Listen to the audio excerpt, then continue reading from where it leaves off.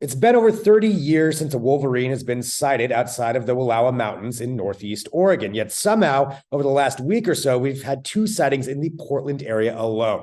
I sat down with Dave Kiter of the Oregon Department of Fish and Wildlife to find out a little more about what's going on. Do you think this is the same wolverine both times, or do we have a few of them running around here potentially? We do believe it's the same animal. These animals are exceptionally rare and they only occur at very low population densities. So the chances of it being two different animals are incredibly low. We've also had some additional sightings even further south in the last few days. And so it seems like it's likely the same animal just traveling south. So if it's the same animal traveling this far, what brings it into this section of Oregon? Well, essentially, this isn't necessarily good habitat for a wolverine, but when young animals are starting to grow up, oftentimes they'll leave their home where they were first born and travel through low quality habitat in order to set up shop somewhere new and try and find a mate in some new place that's suitable for them. This is called dispersal. So having natural areas that animals can move through and disperse through without risk of being hit by vehicles and things like that are extremely important on the landscape so that they can get from point A to point B. So it seems like it can travel quite a ways in one day if it's already going south. Can you tell us, how far can a wolverine go in a day, and where further south have you been seeing it? Generally speaking, from the literature, it seems like a wolverine can travel up to 30 miles in a single day. We've had reports since the initial report of the wolverine sighting on McGuire Island. We've confirmed sightings in Damascus, Oregon, followed by Beaver Creek, Oregon, and then followed by Colton, Oregon over the weekend. So it's traveling around looking for a habitat. Do you expect it to stay in this area, or will it end up heading back east or to somewhere more suitable?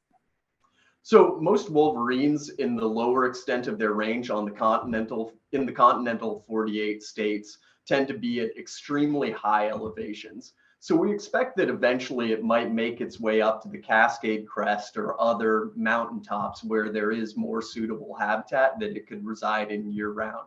We wouldn't think that it'll stay in these lower elevations much longer than it takes to pass through the area. So something I think a lot of people are getting familiar with is understanding what exactly a wolverine is. It's got a reputation for being kind of ferocious, tenacious. So what is the proper protocol if you were to encounter one in the wild? To my knowledge, there's never been a documented attack of a wolverine on a person. That being said, any animal can be dangerous in the right situation, and animals can be unpredictable. So as we always recommend, just give animals their space. Make sure that it has enough space to escape and you shouldn't have to worry.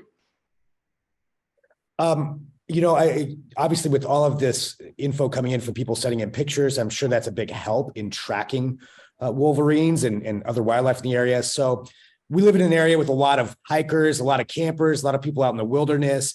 What are some ways that they can help you keep track of where this wolverine or potentially others are going? So Oregon Department of Fish and Wildlife works with a lot of different partners for conservation purposes, including a group called Cascadia Wild that does wolverine surveys. You can contact Cascadia Wild if there's a sighting. You can contact Oregon Department of Fish and Wildlife. But what we really recommend is if you can get a photograph and put it on iNaturalist, our biologists regularly view that site to make sure that we're understanding where animals are and what they're doing. Can you tell me the name of that site one more time? iNaturalist. Awesome. I'll get that in there as well.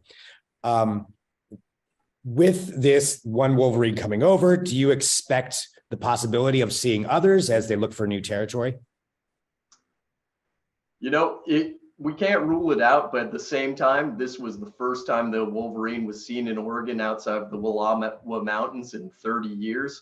So it doesn't seem like it's a high probability that we'll be seeing a lot more wolverines anytime soon in this area. Now, Dave did also mention there's some other rare animals being sighted here in the Northwest, including a moose that was found on Mount Rainier. So I guess you never really know what you're going to find out there. The bottom line is, though, you can take a picture, share it with them, and it just makes getting out into the Northwest wilderness all that much more exciting. For Fox 12 Oregon, I'm Greg Nibbler.